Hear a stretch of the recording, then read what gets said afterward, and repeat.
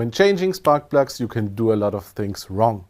But the worst mistake of all is not using a torque wrench and only tighten the new spark plug with gut feeling. That's what happened to this spark plug here. It's broken because it has a loose ceramic.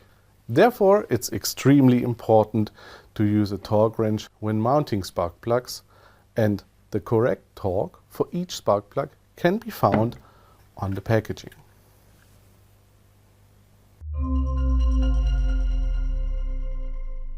The C-ring is compressed, the housing is stretched and the crack appears in the thread. The spark plug leaks and combustion gases flow to the outside. This leads to inefficient combustion, spark plug failure and finally even engine damage.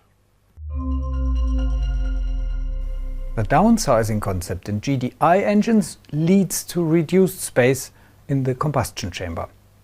Therefore, the entire system of components like injector, spark plug and the combustion chamber design is optimized.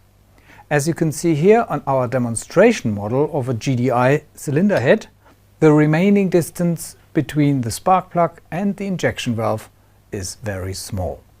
For this reason, the electrodes of the spark plug must be positioned exactly in the area of the ignitable mixture. It is crucial that the air-fuel mix reaches the gap between the electrodes unhindered. Therefore, the ground electrode needs to be positioned correctly. Bosch developed special spark plugs for GDI engines. This Bosch Evo spark plug here, for example, is equipped with an oriented ground electrode and a solid seal ring. These features ensure that the spark plug arrives at the right position and installation depth in the combustion chamber.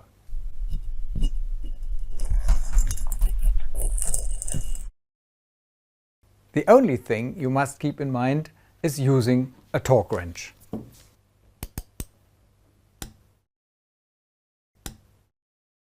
You can find the correct torque for each spark plug on the packaging. For more information, go to our website. You will find the link down below.